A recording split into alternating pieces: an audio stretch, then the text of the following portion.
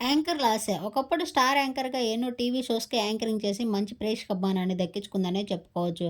అప్పట్లో యాంకర్ లాస్య రవి ఏ షో చేసినా కానీ బుల్లితెరపై మెప్పించి మంచి ప్రేక్షకాభిమానం దక్కించుకోవడమే కాకుండా వీరు ఏ షో చేసినా అప్పట్లో సూపర్ హిట్ అయ్యేది.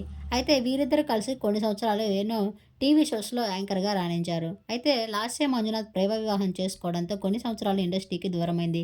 రీసెంట్‌గానే తన పెద్ద కొడుకు పుట్టాక మళ్ళీ తన సెకండ్ ఇన్నింగ్స్‌ని మొదలుపెట్టి తన సెకండ్ ప్రెగ్నెన్సీలో కూడా ఆమె యాంకర్‌గా రాణించారు. ఆ తర్వాత యూట్యూబ్ ప్లాట్‌ఫార్మ్ ద్వారా ఆమె ఒక సోషల్ మీడియా వేదికగా డైలీ వ్లాగ్స్‌ని షేర్ చేసుకుంటూ ప్రమోషన్స్‌తో అలాగే రీసెంట్‌గానే క్లాతింగ్ బిజినెస్‌ని కూడా స్టార్ట్ చేసింది. పరి డిజైనర్స్ అనే పేరుతోటి. అయితే రీసెంట్‌గానే స్టార్ మాలో స్టార్ట్ అయిన 'ఇష్మా' జోడీ సీజన్ 3లో ఈ కపుల్ పార్టిసిపేట్ చేశారు. దీంతో ఆ షోలో పెళ్లి థీమ్ ఒకటి ఏర్పాటు చేయగా, ఆ పెళ్లి థీమ్‌లో లాస్య మంజునాథ్ ఒక జ్యువెలరీ సెట్ వేసుకుంది. దాంతో ఆ ఫోటోస్‌ని సోషల్ మీడియా వేదికగా షేర్ చేసుకోగా, ఇన్‌స్టాగ్రామ్ జ్యువెలరీ స్టోర్స్ వారు దానికి రిప్లై ఇస్తూ, "ఆ సెట్ పంపి 1 ½ ఇయర్ అవుతుంది. అది నేను పంపిందే. కనీసం నో రెస్పాన్స్.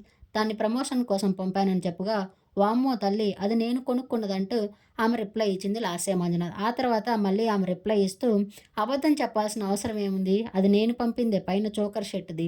అయితే ఒక మిడిల్ వన్ ఆర్టిస్ట్‌తో అబద్ధం చెప్పాల్సిన అవసరం మాకు లేదంటూ రిప్లై ఇస్తుంది. దీంతో కొంతమంది లాస్య అక్క అలా చేయదంటే మరికొంతమంది దీనిపై నెగెటివ్ కామెంట్స్